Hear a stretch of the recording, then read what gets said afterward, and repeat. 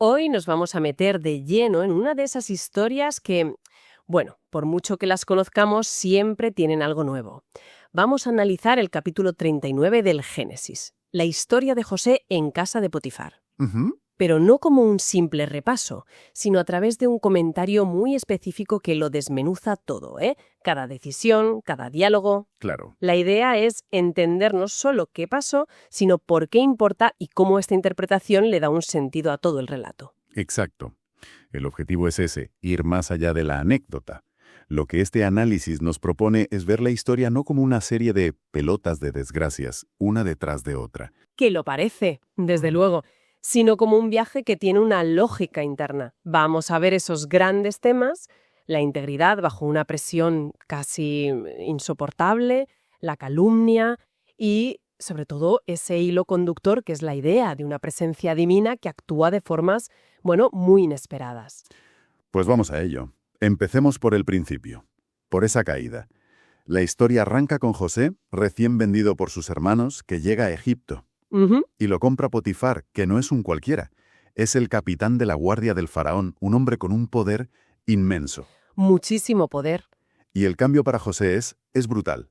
De ser el hijo favorito a ser una propiedad, un objeto, en una tierra extraña. Claro, la pregunta es casi obligada. ¿Cómo se sobrevive a eso? Y ya no digo prosperar, sino simplemente sobrevivir. Pues fíjate, lo primero que hace el comentario es darle la vuelta a esa pregunta. En lugar de verlo como el final, lo presenta como el principio. ¿Así? Sí. Sugiere que esa desgracia es en realidad una especie de universidad a la fuerza. Una universidad. Eso es. Al estar en la casa de Potifar, que es un centro de poder egipcio, José no está solo sirviendo, está aprendiendo. Claro, está observando. Está viendo cómo funciona la administración, la gestión. Es una formación que va a ser crucial. Hay una idea central en el análisis que es muy potente. Dice, cuando Dios destina a una persona para un servicio, se encarga de equiparla para él. Y a veces, el equipamiento viene con la adversidad. O sea que lo que parece una tragedia, desde aquí se ve como una capacitación. Y los resultados, se ven enseguida. El texto insiste mucho en una frase. Jehová estaba con él. Y por eso, todo lo que tocaba salía bien. Me gusta un apunte que hace el comentario, muy simbólico, dice que sus hermanos le quitaron la túnica, el símbolo externo, pero no pudieron quitarle su prudencia, su honestidad, su nobleza de corazón. Totalmente. Le quitaron el envoltorio, pero la esencia, que era la fuente de su éxito, seguía ahí. Intacta. Y claro, eso no pasa desapercibido. Aquí entra Potifar. Él ve que este esclavo tiene un talento excepcional, que hay como una bendición en lo que hace. Y su reacción es clave. Es clave, sí. Podría haber sentido envidia, recelo, en cambio hace algo muy inteligente, lo promociona, le da más y más responsabilidad. Exacto, hasta que lo convierte en el administrador de toda su casa. El análisis lo presenta casi como una lección de liderazgo. Potifar sabe identificar el talento y le da autonomía total. Lo que me parece increíble y que el análisis subraya mucho es que el efecto de la integridad de José no se queda en él. No. Va más allá. El texto dice, literalmente, que Dios bendijo la casa del egipcio a causa de José. Es potentísimo eso. Es que no es una bendición privada, es que su manera de hacer las cosas se convierte en prosperidad para su amo, que ni siquiera comparte sus creencias. O sea, la virtud tiene un efecto que salpica al entorno. Ahí está la clave. Su integridad tiene consecuencias económicas, sociales, positivas para todos en esa casa. Es un principio que el comentario deja claro desde el principio. Claro, y es justo ahí, en ese momento de máxima confianza, de estabilidad, cuando parece que todo va bien, que la historia da un giro de 180 grados. Sí, porque en la casa hay otro poder, y ese poder se fija en él, la mujer de Potifar. El análisis, es muy agudo al señalar el origen. Su pecado comenzó por la vista. Una mirada lo desencadena todo. Y no es un impulso. El texto es demoledor. Dice, hablaba a José cada día. Es un acoso sistemático. Vaya, es que el dilema es tremendo. Pensemos en la presión a la que está sometido José. Es que no es una desconocida, es su ama, la persona que tiene poder absoluto sobre su vida. Desafiarla es un acto de insubordinación total. Podría significar la tortura, la muerte. Además, las circunstancias parecen perfectas para ceder. están solos, nadie los ve. ¿Y su respuesta? Su respuesta es lo que define al personaje. No es un simple no, es todo un argumento moral. La fuente lo desglosa de una forma fascinante. Sí. Todo se resume en esa pregunta que se hace.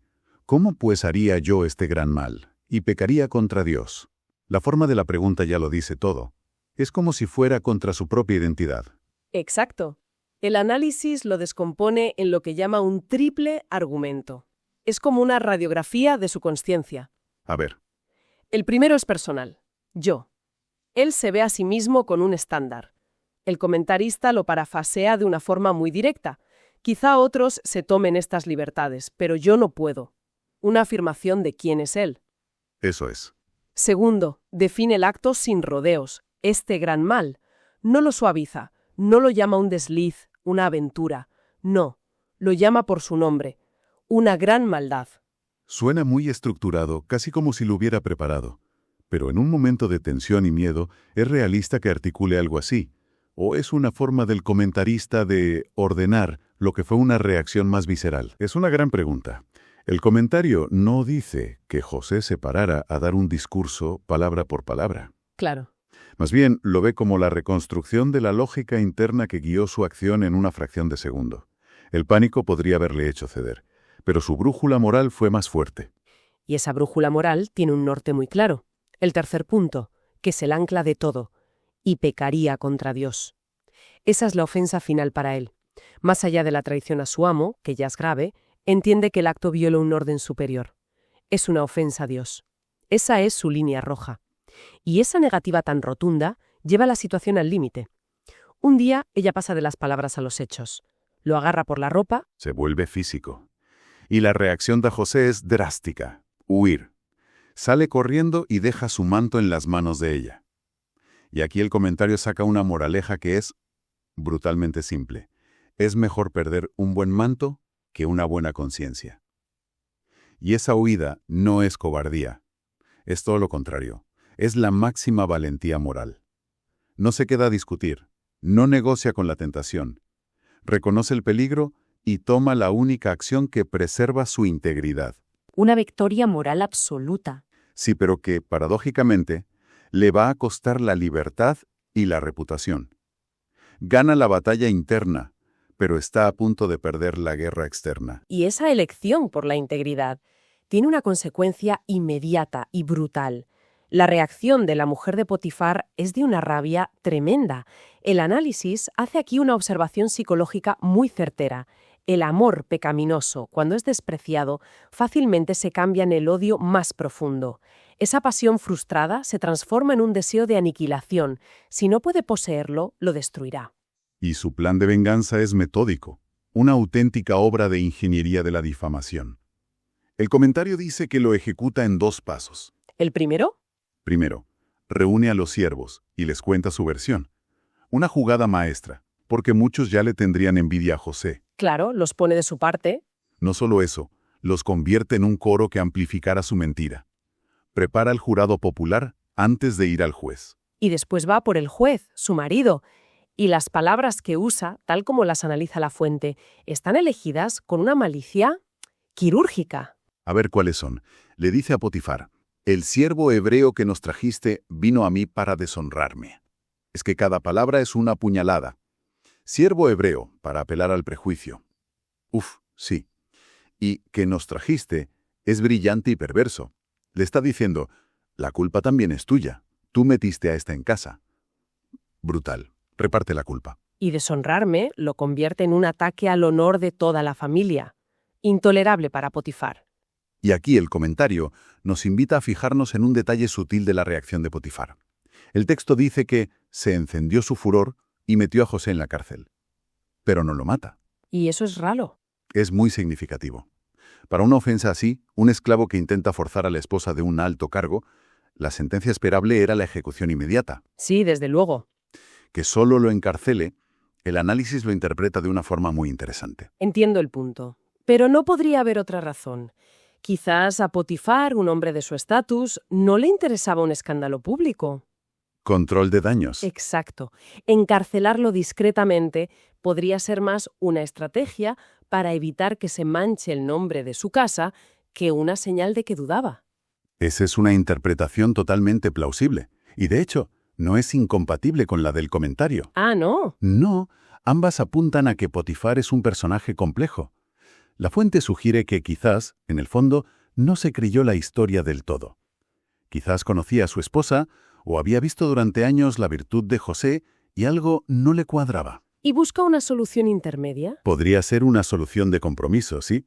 Salva la honra de su mujer de cara al público, pero no comete la injusticia final de matar a un hombre que sospecha que es inocente. Sea como sea, para José es devastador. Desde luego. Es la caída definitiva. De hijo predilecto a esclavo. De mayordomo de confianza a prisionero, acusado de un crimen infame. La velocidad de la caída es brutal. Pero es justo ahí, en el punto más bajo, en la oscuridad de la prisión, donde el relato vuelve a su tema central. A esa frase que es el ancla de todo. Pero Jehová estaba con José. Exacto. Esa presencia no depende de las circunstancias. No estaba solo en el palacio, también está en la mazmorra. Y el patrón, increíblemente, se repite. De la misma forma que se ganó la confianza de Potifar. Ahora se gana la del jefe de la cárcel. El alcaide ve que este prisionero no es como los demás, que todo lo que hace prospera, y acaba siendo lo mismo que Potifar. Le entrega la administración de toda la prisión. Vuelve a ascender desde lo más bajo. La fuente lo resume con una reflexión preciosa. Dios puede hacer surgir amigos para sus hijos incluso donde ellos tienen poca esperanza de encontrarlos. Si intentamos juntar todas las piezas, lo que emerge es una historia sobre la resiliencia de un carácter forjado en la integridad. Sí. Vemos el poder casi limitado de la mentira para destruir una vida en un instante. Pero por encima de todo está esa idea de una compañía divina constante, de un propósito que sigue en marcha incluso cuando todo parece un caos. Absolutamente. La perspectiva que nos ofrece el comentario es que el viaje de José no es una sucesión de accidentes. Es un camino coherente, aunque terriblemente doloroso. Cada etapa. Cada etapa, desde el pozo pasando por la casa de Potifar hasta esta cárcel, es una prueba que sirve para refinar su carácter y prepararlo para un destino que él ni se imagina. Su integridad no es que sobreviva, es que se templa, se confirma en cada prueba. Y este capítulo nos deja ahí, con José en la cárcel, pero de nuevo en una posición de poder, gestionando la vida de los otros presos. Paradójico, ¿verdad? Totalmente. Y esto nos lleva a una idea final para reflexionar que sale de todo este análisis. La historia presenta estas pruebas tan duras no como obstáculos, sino como el campo de entrenamiento indispensable para el propósito final de una persona. Y eso plantea una pregunta. ¿Y si desde esta perspectiva los momentos más oscuros de un camino no son desvíos, sino la parte más esencial del propio camino?